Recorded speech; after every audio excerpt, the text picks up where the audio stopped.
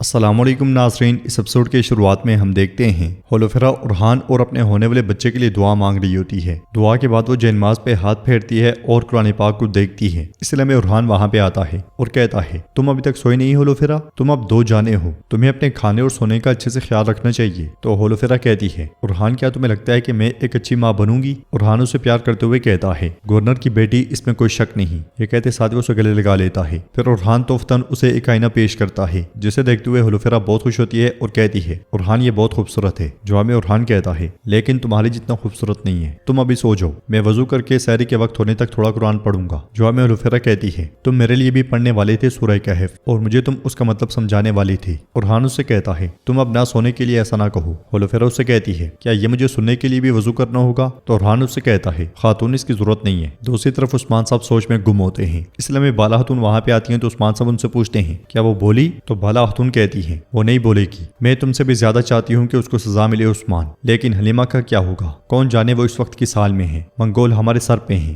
لوگوں کا برا حال ہے، ہماری بیٹی کی قسمت اس سام کے زبان کی نوک پر ہے۔ اگر ہم صوفیہ کو زندہ رہنے دیں تو ہمیں ہماری بیٹی سے ملنے کی امید ہوگی، لیکن اگر وہ نہیں بولتی تو کیا ہوگا؟ کیا ہم اس کے قیدی ہوں گے؟ تو عثمان صاحب کہتے ہیں، ایسے مت کہو بالا، غمگین نہ ہو، آنسو نہ بہو، دیکھو حلیمہ زندہ ہے، تم دیکھو گی، ہم اسے تلاش کر لیں گے، ہم اسے لے آئیں گے اپنے قبیلے میں، اپنی خوبصورت آنکھوں سے آنسو نہ بہو، ہم اب تک بہت کچھ سے گزر چکے ہیں، ہم اس سے بھی گزر جائیں گے انشاءاللہ۔ تو بالا خاتون کہتی ہیں، ہم ملیں گے پیارے عثمان اور ہم یہ جنگ جیت جائیں گے۔ تو عثمان صاحب کہتے ہیں، جب تک تم میرے ساتھ ہو تمام راستے کھل جائیں گے۔ بالا خاتون کہتی ہیں، عثمان میں حلیمہ کو بہت یاد کرتی ہوں، کون جانے اس شیطان نے ہماری بیٹی کے ساتھ کیا کیا۔ یہ سن کر عثمان صاحب کہتے ہیں، گزرے ہوئے دنوں کے بارے میں مت سوچو، ہم صرف خوبصورت دنوں کے بارے میں سوچیں گے۔ بالا خاتون کہتی ہیں، اگر وہ ہمیں مل گئی اور ہم اسے یاد نہ ہوئے تو کیا ہوگا؟ تو عثمان صاحب کہتے ہیں، چاہے ہماری بیٹی کو اپنی ماں یاد نہ ہو، لیکن اس کی ماں نے اسے یہاں اپنے دل میں پالا ہے۔ بالا خاتون خوش ہوتے ہوئے کہتی ہیں، تم نے پھر سے میرے دل سے بوجھ اتار دیا۔ یہ کہتے ساتھ ہی وہ ان کے گلے لگ جاتی ہیں۔ ناظرین، اس کے بعد ہم ترکوں کا ایک چھوٹا سا قبیلہ دیکھتے ہیں جو جنگل کے بیچوں بیچ آباد ہوتا ہے۔ اپنی بیٹی کو چھپا ہوا دیکھ کر سردار اس کے پاس آتا ہے اور کہتا ہے، دوبارہ؟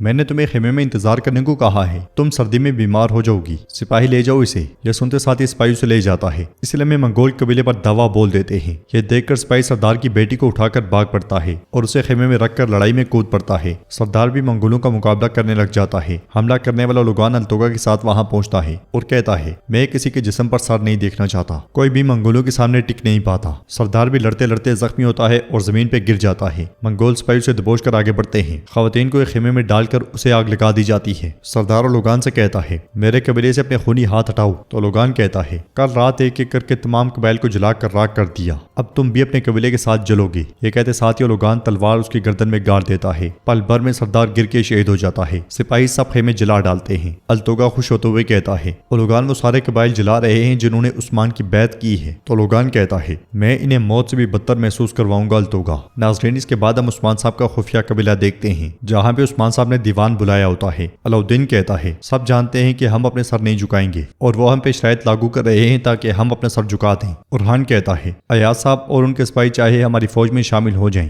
ہماری طاقت اتنی نہیں ہے کہ احسن بیگی کو سردوں سے نکال دیں حضور۔ یہ سن کر عثمان صاحب کہتے ہیں، اورحان ٹھیک کہہ رہا ہے، ہمارے مضبوط ہونے کے لیے مزید سپاہی اور مزید تلواروں کے لیے ہمیں یقینی طور پہ سونے کی ضرورت ہے۔ مخالف اچھی طرح جانتا ہے کہ وہ سونے کی وجہ سے ہم پہ شکنجہ کسے گا، لیکن ہم اس سکے کو منگولوں کے خلاف کھڑے ہونے کے لیے تلاش کریں گے۔ اورحان کہتا ہے، حضور ہم اسے کیسے تلاش کریں گے؟ تو عثمان صاحب کہتے ہیں، منگولوں کے سکے سے۔ بالکل فکر نہ کرو بیٹا، ہم منگولوں کو منگول کے سکے سے ماریں گے۔ اس لیے میں ایکوت وہاں پہ آتا ہے اور عثمان صاحب سے کہتا ہے، اولوگان نے آس پاس کے تمام ترکمان قبیلوں پہ حملہ کیا اور تمام لوگوں کو مار ڈالا۔ یہ سن کر سب کو بہت غصہ آتا ہے۔ دوسری طرف قسمت صوفیہ پہ ٹوٹ پڑتی ہے۔ اس لیے میں بالا خاتون وہاں پہ آتی ہیں تو قسمت بالا خاتون سے کہتی ہے، بالا خاتون اس نے ایک لفظ بھی نہیں بولا۔ زمین پہ پڑی ہوئی صوفیہ کہتی ہے، میں ہار نہیں مانوں گی بالا، میں نے انتقام لینے کے لیے برسوں انتظار کیا، کیا تم کو یقین ہے کہ میں اتنی آسانی سے ہار جاؤں گی؟ جواب میں بالا خاتون کہتی ہیں، آج نہیں تو کل ہار مانو گی صوفیہ، یہی تمہارا مقدر ہے، تم ضرور بات کرو گی اور میں تب تک انتظار۔ یہ سن کر صوفیہ کہتی ہے، لیکن حلیمہ انتظار نہیں کرے گی بالا، اس کے پاس زیادہ وقت نہیں ہے۔ یہ سن کر جاتی ہوئی بالا خاتون رک جاتی ہیں اور پوچھتی ہیں، تمہارا کیا مطلب ہے؟ صوفیہ کہتی ہے، تمہیں مجھے رہا کرنا پڑے گا بالا، حلیمہ کے لیے۔